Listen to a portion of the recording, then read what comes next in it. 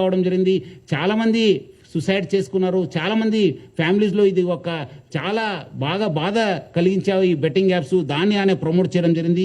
And also ఆయన అంతా servers బయట యుఎస్ఏలో, నెదర్లాండ్స్లో, స్విట్జర్లాండ్స్లో పెట్టి ఫిజికల్ సర్వర్స్ని అక్కడ పెట్టి ఆయన ఆపరేట్ చేయడం జరిగింది. దానివల్ల కూడా మనకు లా ఎన్ఫోర్స్మెంట్ ఏజెన్సీకి చాలా అంటే చాలా ఛాలెంజ్ అయింది. బట్ ఎంత ఛాలెంజ్ అయినా మనం ఈరోజు ఆయనను అరెస్ట్ చేశాను. ఇంకా మనం లోతుగా కూడా ఇన్వెస్టిగేషన్ చేసి ఈ ర్యాకెట్లో ఎవరెవరు ఉన్నారో వాళ్ళందరూ కూడా పేరు బయట తీసాను.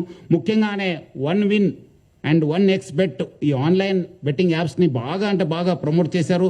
ఈ పాపప్స్ ద్వారా, రీడైరెక్ట్ ద్వారా use those betting apps to for these public అంతా చీట్ చేయడానికి ఆయన యూజ్ చేసుకోవడం జరిగింది. సో అదేవిధంగా పబ్లిక్ కూడా ఇన్స్టిగేట్ చేశారని ఏపీకి ఫైల్స్ని మీరందరూ కూడా డౌన్లోడ్ చేసుకోవాలి అని చెప్పి ఇన్స్టిగేట్ చేయడంతో చాలామంది కూడా ఈ యొక్క ఏపీకే ఫైల్స్ డాటా చేసి వాళ్ళ పర్సనల్ డాటా కూడా వాళ్ళు షేర్ చేయడం జరిగింది. దానివల్ల కూడా చాలా నష్టం కావడం జరిగింది. సో పబ్లిక్కి తెలియదు, ఎందుకంటే దీనివల్ల కూడా చాలామంది డిజిటల్ అరెస్ట్కి గురి కావడం జరిగింది. చాలామంది ఓటీపీ ఫ్రాడ్స్కి గురి కావడం జరిగింది. చాలామంది బ్లాక్మెయిల్ జరిగింది. చాలామంది కూడా ఇన్వెస్ట్మెంట్ ఫ్రాడ్స్, సైబర్ క్రైమ్స్లు కూడా బలి కావడం జరిగింది.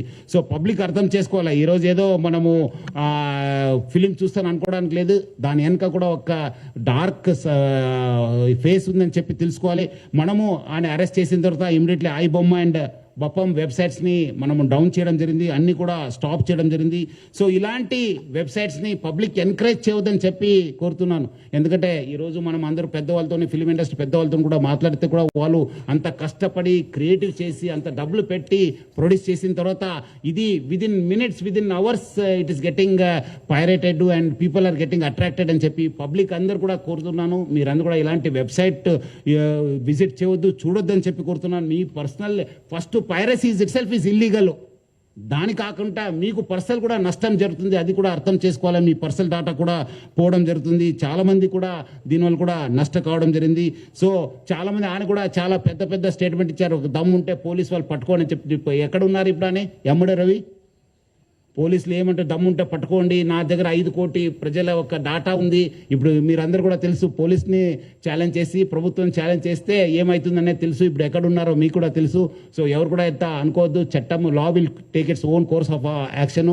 ఎక్కడున్నా తెలంగాణ పోలీస్ కావచ్చు, హైదరాబాద్ పోలీస్ ఎక్కడున్నా వాళ్ళని పట్టుకోవడానికి కృషి చేస్తుంది. పట్టుకొని కూడా వస్తాను. మనం అట్లా చెప్పేది కాదు. ఈరోజు ఆయన అంత పెద్ద పెద్ద తోపు మాటలు చెప్పిన వాడు ఈరోజు ఎక్కడున్నారు మీ అందరు కూడా తెలుసు.